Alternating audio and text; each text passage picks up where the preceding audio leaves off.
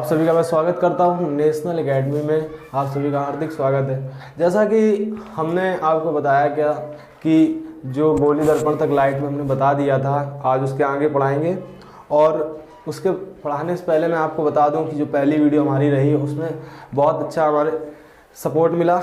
इसी सपोर्ट के साथ यदि आप लोगों ने हमारा सपोर्ट किया तो वीडियो आने वाले समय में बहुत कॉस्टली और बहुत अच्छी तरीके की पढ़ाई होगी। और बाकी बातें बाद में करेंगे और स्टार्ट करते हैं, समझते हैं। जैसा कि हमने लाइट में पढ़ लिया था गोली दर्पण, ठीक है। अब गोली दर्पण में भी कुछ परिभाषाएं होती हैं। क्या होती हैं? गोली दर्पण में भी कुछ परिभाषाएं होती हैं। तो एक एक करके हम सभी परिभाषाओं को देखेंगे, ठीक है। तो देखते हैं क्या गोली दर्पण की परिभाषाएं। तो गोली दर्पण में कौन कौन सी परिभाषाएं आती है? तो पहले तो हम एक गोला बनाएंगे। क्या बनाएंगे? एक गोला बनाएंगे, ठीक है। ये हमने क्या कर दिया? गोला बना दिया। अब ये जो गोला है इसमें एक हमें दर्पण बनाना है, तो इसको थोड़ा डैश दिखा देंगे, ठीक है। तो इसमें हमने कर दी पॉलिश। क्या की? पॉलिश। अब ये जो पॉलिश हो गई, ये कौन सी पॉलिश है? लाल कलाई या लाल ऑक्साइड, पारे की कलाई या लाल ऑक्साइड की वो हो गई पॉलिश। तो एक प्रकार का दर्पण हो गया। अब इस दर्पण में कौन कौन सी परिभाषाएं हैं वो हम जानेंगे। तो पहली चीज, ये बिंदु होगा कोई जिससे गोला होगा, मतलब ये सी होगा।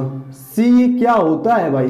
सी ये क्या होता है? तो भाई जानो सी क्या होता है। सी हमारा वक्रता केंद्र होता है। तो पहली परिभाषा हमारी बनाएंगे वक्रता केंद्र क्या है, ठीक है। वक्रता केंद्र क्या होता है तो समझते हैं थोड़ा सा।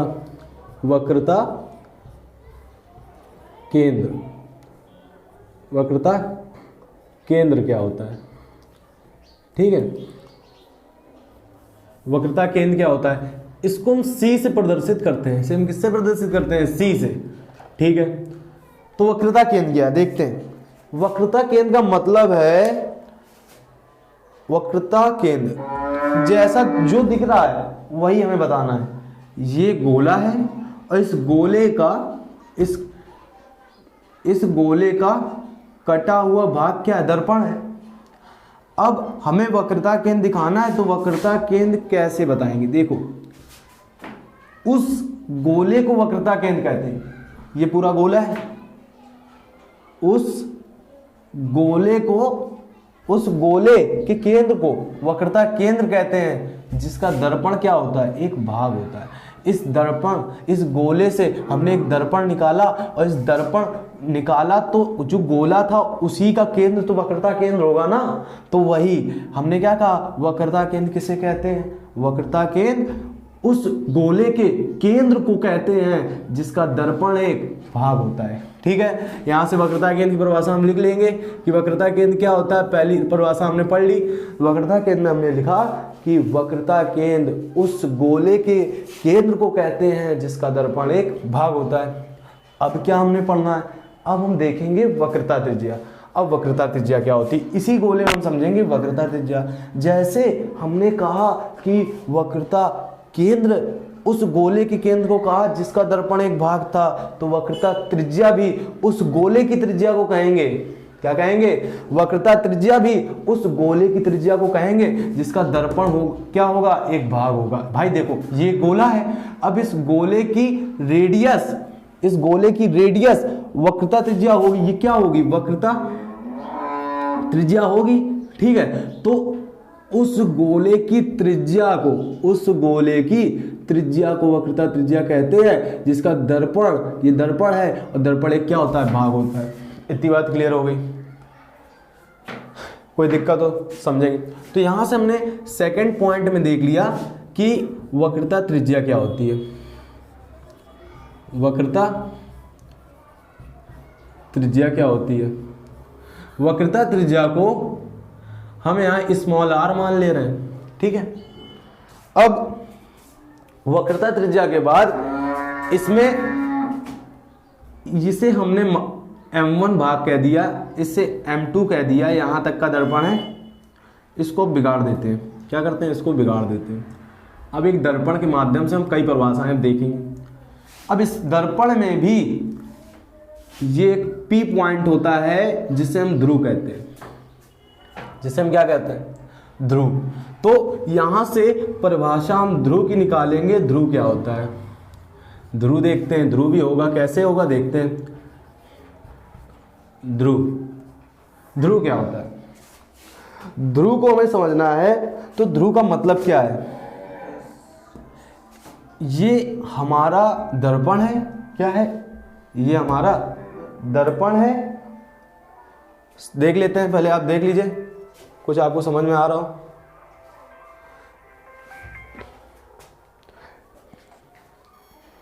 जैसा कि हम बात कर रहे थे ध्रुव, तो ध्रुव क्या होता है, ध्रुव कुछ नहीं होता है, दर्पण, ये दर्पण है, तो दर्पण के परावर्तक तल, परावर्तक तल इसमें कौन सा होगा, इधर साइड का होगा, क्योंकि उधर तो पॉलिश है, इधर से प्रकाश आएगा, परावर्तित हो जाएगा। तो हम क्या बनाएंगे, ये P है, जिसे हम ध्रुव को किससे प्रदर्शित करते हैं, P से। तो भाई दर्पण का ध्रुव क्या होता है, दर्पण का ध्रुव ये होता है परावर्तक तल के मध्य बिंदु को, किसको, परावर्तक तल के मध्य बिंदु को हम क्या कहते हैं, दर्पण का ध्रुव कहते हैं। तो दर्पण की ध्रुव की परिभाषा हम लिखेंगे कि दर्पण के परावर्तक तल के मध्य बिंदु को हम दर्पण का क्या कहते हैं, ध्रुव कहते हैं। अब यार ध्रुव हो गया, अब हम बात करेंगे मुख्य अक्ष क्या होता है। चौथी परिभाषा आएगी मुख्य अक्ष। तो देखते हैं मुख्य अक्ष क्या होता है। मुख्य अक्ष, मुख्य अक्ष किसे कहते हैं यार, इसी में हम देखेंगे मुख्य अक्ष क्या होता है। सिंपल से परिभाषा, जो दिखेगा वही हमें बताना है, क्या करना है, जो दिखेगा वही बताना है।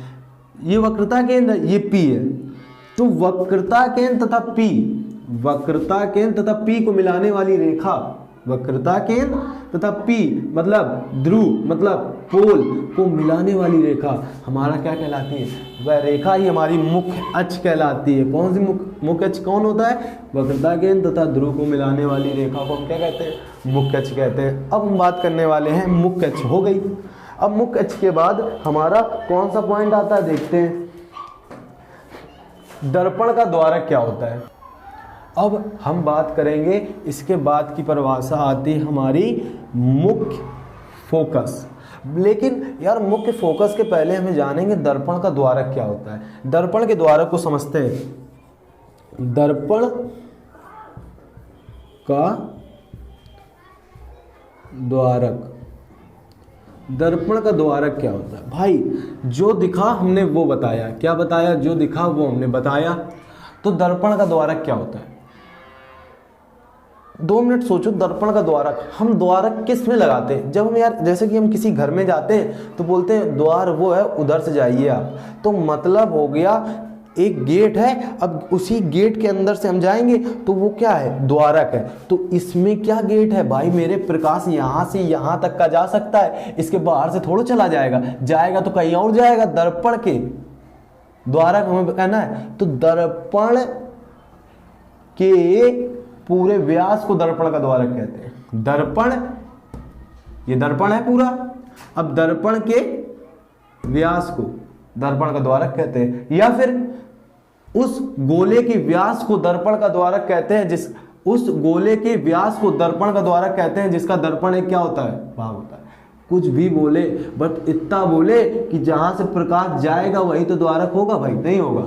तो दर्पण का पूर्ण व्यास ही दर्पण का द्वारक कहलाता है। यहाँ से हमने दर्पण का द्वारक सीख लिया। अब हम बात करेंगे मुख्य फोकस। भाई मुख्य फोकस बहुत ज़्यादा इंपॉर्टेंट होगा और मुख्य फोकस को हम थोड़ा डायग्राम के बेसिस से समझेंगे। देखते हैं मुख्य फोकस क्या होता है।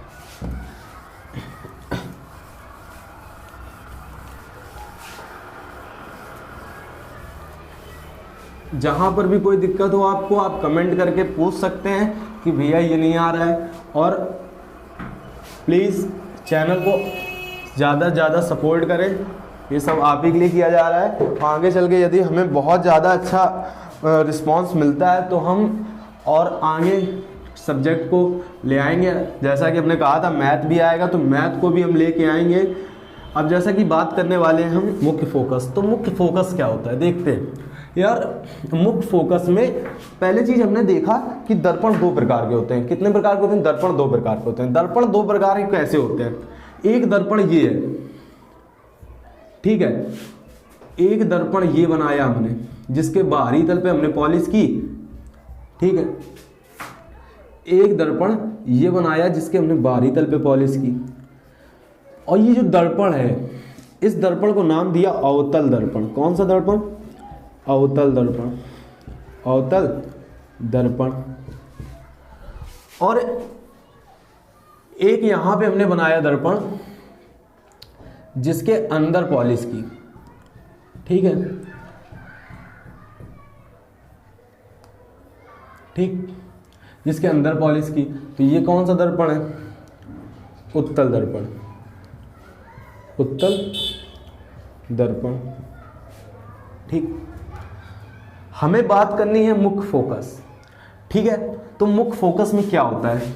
डायग्राम के बेसिस से हम समझ रहे हैं। तो मुख्य फोकस ये हमने C है, ये हमारा P है, ये हमारा M2 और ये हमारा M1। यहीं पे कंडीशन यहाँ पे भी लगेगी, M1 M2 है, ये हमारा C, ठीक है। अब हम क्या करेंगे? अब क्या करेंगे? मुख्य फोकस को जैसा हमें समझना है, तो हम मुख्य फोकस तभी बनेगा जब प्रकाश किरणें आएंगी। तो हम मुख्य फोकस को बनाते हैं। हमने क्या किया? यहां से किरणें भेजी, यहां से किरणें भेजी, ठीक है।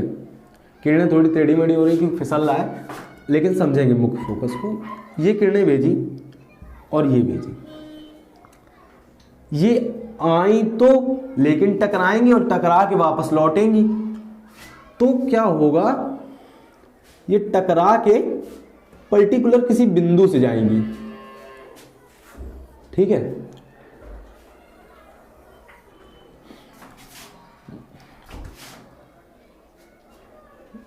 देखो किसी बिंदु से जाएंगी,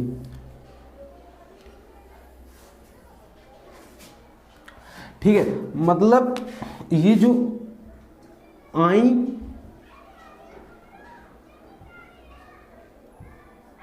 ठीक है, आई, टकराई और वापस निकल गई।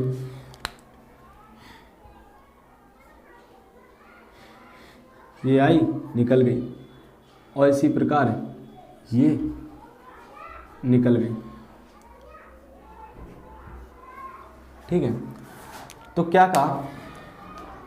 ये जहां पे काट रही है इसी को F कहते हैं, इसी को मुख्य फोकस कहते हैं। ये जहां काट रही है तो क्या कहेंगे? हम कहेंगे सेम डायग्राम यहां बनेगा, बट फोकस, मुख्य फोकस कहां होगा? यहां पे हमें वास्तव में मिलेगा, बट यहां में प्रतीत होगा। कैसे प्रतीत होगा देखेंगे। किरणें, ये परावर्तक तल बाहर होगा क्योंकि अंदर पॉलिश है, तो परावर्तन निकल जाएगा। तो क्या होगा? किरणें आई, निकल गई, आई, निकल गई। इसी प्रकार यहां निकली और यहां आई, निकली। और यहां पे हम क्या करते हैं? किरणों को गुजार लेते हैं, यहां पे गुजार लेते हैं, ठीक है।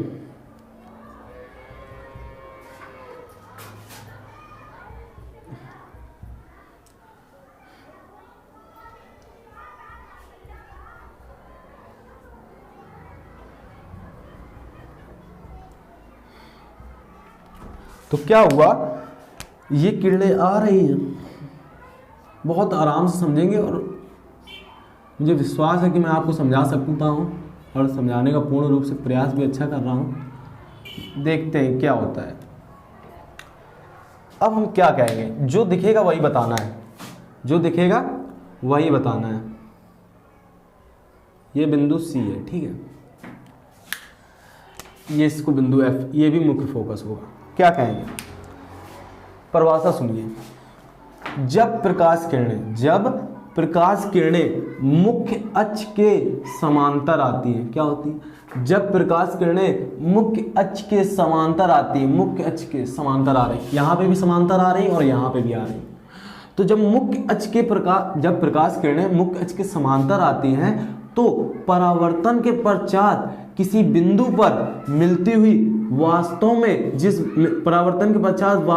बिंदु पर मिलती हैं उसे दर्पण का मुख्य फोकस कहते हैं, या मिलती हुई प्रतीत होती हैं उसे भी हम दर्पण का मुख्य फोकस कहते हैं। परिभाषा क्या हमने कहा? जब प्रकाश किरणें, कौन सी किरणें? प्रकाश किरणें आई, टकराई और जिस बिंदु से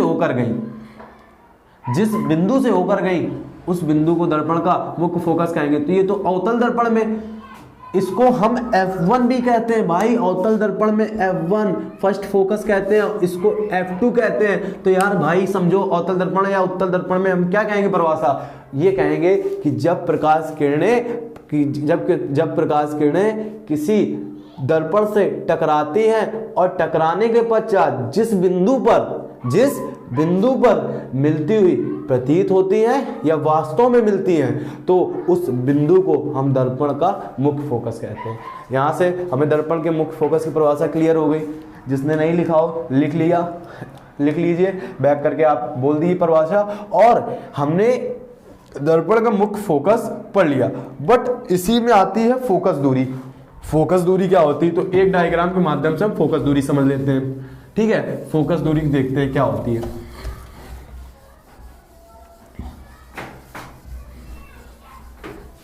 फोकस दूरी की परिभाषा बिल्कुल सिंपल होगी। कैसे बताएंगे? इसको देखते हैं। फोकस दूरी क्या होती है? ये हमने बनाया दर्पण और इस दर्पण में पीछे की पॉलिश और अंदर का तल हो गया परावर्तक तल। ठीक है, तो क्या कहेंगे? दर्पण का फोकस। जैसा कि हम जान गए थे कि यहां पे बिंदु C था, यहां पे हमने फोकस पॉइंट F ज्ञात कर लिया था। ये पूरी डिस्टेंस जो थी हमारी, ये पूरी जो डिस्टेंस थी यहां तक का, ये पूरी R थी। यहां पे हमने फोकस बिंदु ज्ञात कर लिया था, तो फोकस दूरी क्या हो गई? ये बिंदु P था। तो सिंपल सी परिभाषा क्या कहेंगे? फोकस दूरी, दर्पण की फोकस दूरी क्या होती है?